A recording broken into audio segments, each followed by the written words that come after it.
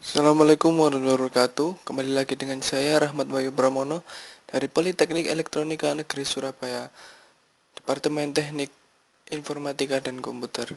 Kali ini pada hari kedua, saya akan menjelaskan beberapa lanjutan dari basis data, pembahasan basis data 1. Dan terima kasih kepada dosen pembimbing Rengga Asmara, Sarjana Komputer OCA. Langsung saja. Ya, pembahasan pertemuan kedua, ini pertama definisi ER data model atau Entity Relationship Data Model, jenis entitas, atribut, dan notasi Entity Relationship Diagram. Yang ketiga adalah relasi dan rasio kardinalitas. Oke, kita akan bahas satu-satu. Baiklah, yang pertama definisi ER model. Entity atau entitas adalah sebuah himpunan objek nyata yang bersifat konkret dan dapat dibedakan dengan objek lain. Ya, jadi entitas adalah sebuah kumpulan dari objek yang ada di dunia ini. Objek di sini dapat berupa makhluk hidup ataupun benda ataupun sifat yang tidak abstrak, artinya bersifat konkret dan dapat dibedakan dengan objek lain. Contohnya entitas mahasiswa, entitas anggota, entitas buku, dan lain-lain. Yang kedua adalah relation model atau model hubungan. Adalah pemodelan sebuah hubungan database yang menghubungkan antara objek atau entitas dengan kondisi tertentu. Jadi, relation model sendiri ada kondisi tertentu, ada beberapa kondisi yang membedakan antar dengan yang lainnya. Jadi entitas sendiri tidak bisa berdiri sendiri jika tidak dihubungkan. Jadi kembali ke pengertian dasar dari sistem basis data adalah integritas dari seluruh objek yang dapat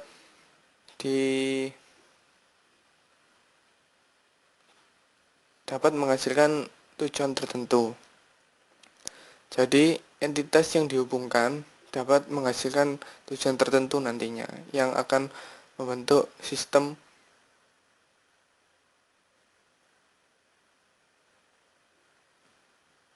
basis data.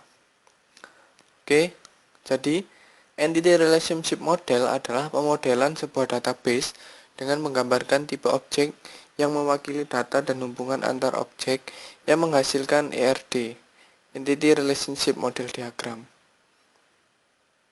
Ya, saya rasa sudah jelas. Oke, lanjutkan. Yang pembahasan kedua, jenis entitas, atribut, dan notasi ER diagram. Oke. Entitas memiliki 3 sifat. Tiap entitas memiliki atribut. Entitas memiliki atribut utama yang unik, disebut primary key. Entitas yang tidak ada primary key disebut weak entity. Yang dimaksud unik di sini adalah dia tidak memiliki nilai yang sama dengan atribut yang lain. Jadi contohnya nomor anggota tidak boleh sama dengan nomor anggota yang lain karena itu yang membedakan. Meskipun dengan nama sama, alamat sama, atau yang lainnya, tapi nomor anggota tidak boleh sama. Jadi sebagai contoh atribut adalah nama, umur. Contoh primary key seperti yang saya katakan tadi, nomor KTP mungkin atau NIP. Dan contoh weak entity, entitas jumlah, entitas total. Jadi dalam database diperlukan saat-saat kita tidak membutuhkan primary key dalam sebuah entitas, karena tabel itu hanya menyimpan informasi olahan data. Jadi tidak perlu primary key untuk menyimpannya. Oke, kita lanjut. Atribut. Atribut adalah objek tunggal yang berisi keterangan atau informasi atau nilai yang berada di entitas. Contoh atribut dalam entitas mahasiswa. Yang pertama, NRP. Ini sebagai primary key. Yang kedua, nama, alamat, jurusan, atau bahkan bisa diisi nomor telepon, tanggal lahir, seperti itu. Jadi objek tunggal yang dimaksud di sini adalah dia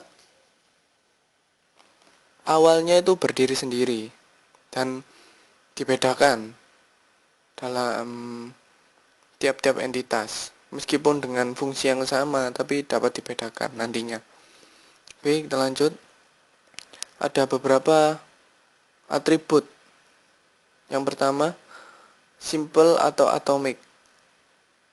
Atribut yang tidak bisa dibagi menjadi lebih mendasar.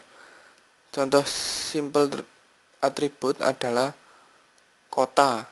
Kota tidak bisa dibagi lagi menjadi lebih mendasar. Umur jelas tidak bisa dibagi lagi menjadi mendasar. Juga mungkin warna itu juga tidak bisa dibagi lagi menjadi mendasar atau bahkan berat. Seperti itu. Oke, lanjut. Untuk composite, atribut yang terdiri dari gabungan simple atau atomic atribut. Jadi atribut-atribut yang tidak bisa dibagi tadi dikelompokkan menjadi satu yang menghasilkan composite atribut. Contohnya adalah alamat. Alamat kan terdiri dari jalan, desa, kecamatan, kota, dan lain-lain. Jadi kota, kecamatan itu kan tidak bisa dibagi lagi, lalu dikelompokkan datanya menjadi sebuah alamat. Oke. Berikutnya, single value. Atribut yang memiliki hanya satu nilai dan tidak dapat berubah. Jadi dalam bahasa pemrograman bisa dibilang ini statik. Jadi atribut hanya memiliki satu nilai. Contohnya adalah tanggal lahir seseorang. Jadi seseorang tidak mungkin bertanggal lahir lebih dari satu. Kemudian kode produksi atau jenis kelamin. Yang berikutnya adalah multi value. Atribut yang memiliki banyak nilai dan tidak dapat berubah. Contohnya adalah hobi. Hobi kan bisa lebih dari satu, nomor telepon juga bisa lebih dari satu. Yang ketiga, null value, artinya atribut yang tidak memiliki nilai. Jadi dalam pemberian nilai atribut itu bisa diberi nilai kosong. Contohnya, saat status belum kawin maka atribut nama istri pasti kosong. Saat stok kosong maka atribut harga bernilai 0 karena stok kosong. Perlu diketahui bahwa database yang baik adalah yang pertama tidak memiliki redundansi data, artinya tidak memiliki data yang kembar.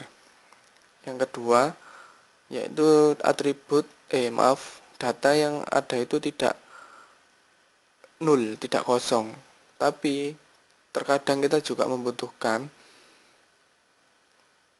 Kenapa tidak boleh kosong? Karena setiap atribut yang sudah dipesankan ke memori itu sudah jika tidak dimanfaatkan kan percuma. Seperti itu, makanya database itu bisa dibilang buruk. Oke. Yang berikutnya adalah driver.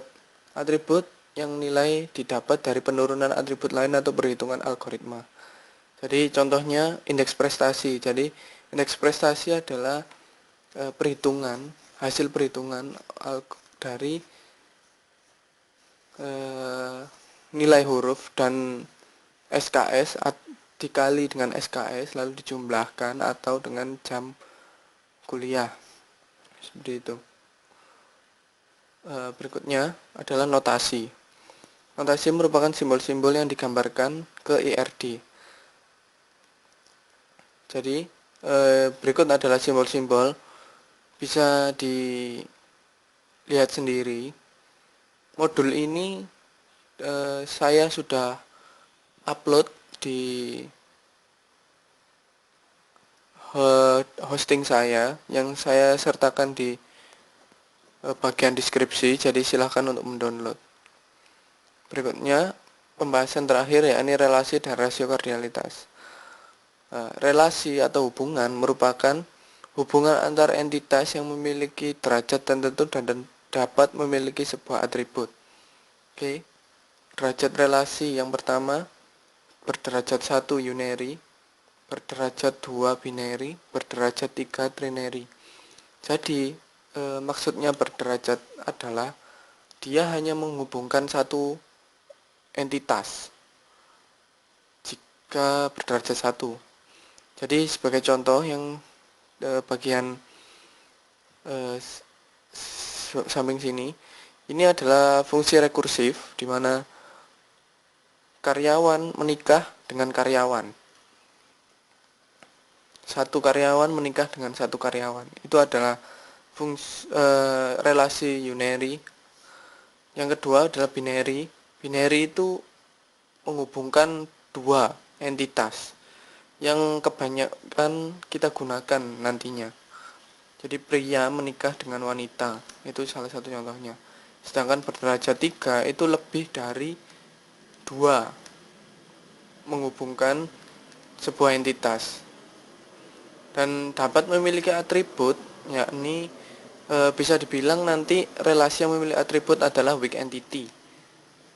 Seperti itu. Yang selanjutnya, yakni rasio kardinalitas. Dalam relasi binary atau trinary dapat 3 kemungkinan kardinalitas. Kemungkinan pertama yakni one to many, many to one. Artinya penghubung antara entitas ke entitas itu satu dengan cara pembacaan. Jadi seperti ini, satu pegawai memanage satu departemen. Satu departemen di-manage satu pegawai. Itu adalah cara pembacaan one to one. Sedangkan untuk one to many, satu pegawai bekerja pada banyak departemen. Banyak departemen dikerjakan oleh satu pegawai. Seperti itu. Untuk yang many to one, banyak pegawai bekerja di satu proyek. Satu proyek dikerjakan oleh banyak pegawai. Jadi kurang lebih seperti itu. Oke. Ya, begitulah akhir dari pembahasan hari kedua ini. Kami absun basis data hari ketiga. Jadi tunggu terus video yang akan saya upload berikutnya. Oke. Sekian, terima kasih. Saya Rahmat Wahyu Pramono. Jika Anda ingin memberikan feedback, silakan berikan di Facebook saya atau email saya. Terima kasih. Assalamualaikum warahmatullahi wabarakatuh.